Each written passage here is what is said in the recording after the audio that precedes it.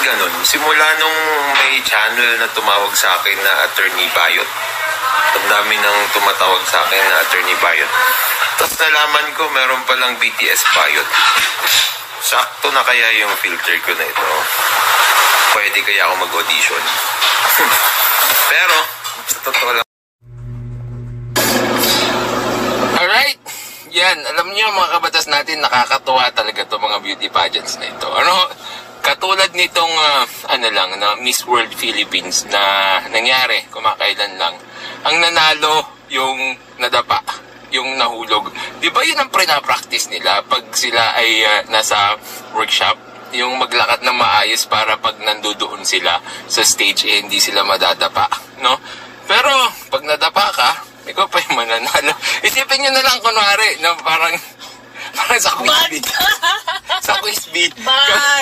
Sa quiz bee kapag ikaw ay hindi nakasagot, ikaw pa yung mananalo. Sa race car, car racing, kapag ikaw yung nabangga, ikaw pa yung panalo, di ba?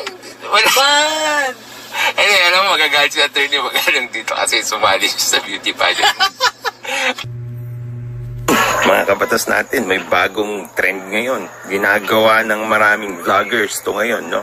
Kung gusto nyo ng maraming subscribers at saka maraming views, no, ang gawin nyo lang, mema, kontrahin nyo lang si Attorney Libayan. Sabihin nyo lang na mali si Attorney Libayan. Sabihin nyo lang na hindi tama yung ginagawa ni Attorney Libayan tungkol sa charity vloggers, di umano at saka sa poverty porn.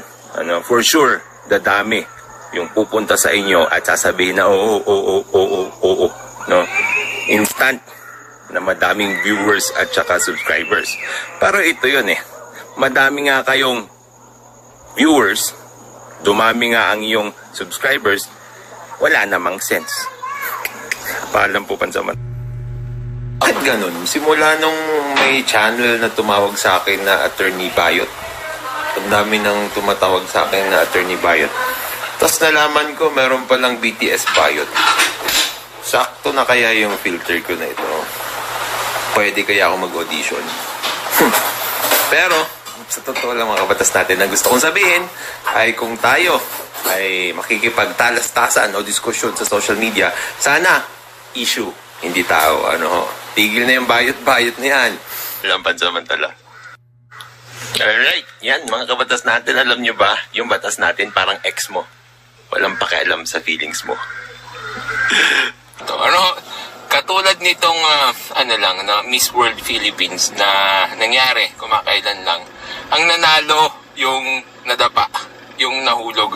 Di ba yun ang pre-practice nila pag sila ay nasa workshop? Yung maglakad ng maayos para pag nandoon sila sa stage hindi sila madadapa, no? Pero pag nadapa ka, ikaw pa yung mananalo. Isipin nyo na lang kunwari, no, parang sa quiz bee. Sa quiz bee. Sa quiz bee kapag ikaw ay hindi nakasagot, ikaw pa yung mananalo. Sa race car, car racing, kapag ikaw yung nabangga, ikaw pa yung panalo, di ba? Wala. Anyway, alam mo, magagalit si attorney, magaling dito kasi sumali siya sa beauty. Alright, yan. Malaya ka na. Huwag mong ikulong yung sarili mo sa maling opinion ng iba tungkol sa'yo. Happy. Nasabi nila na rig daw o alam na kung sino yung mananalo sa Binibining Pilipinas. Dahil tignan nyo dito, no, si Harleen Budol, alam niya na siya yung mananalo. Nag-react siya sa kaagad, hindi pa naman tinawag yung panalo. Tignan nyo. Special award. We begin with Binibining Scene. Yan, nakita nyo. Gumanon siya agad na parang siya na yung mananalo. Tignan nyo. Special award. Alright.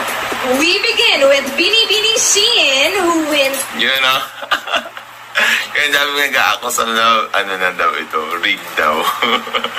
Paalam ba samantala?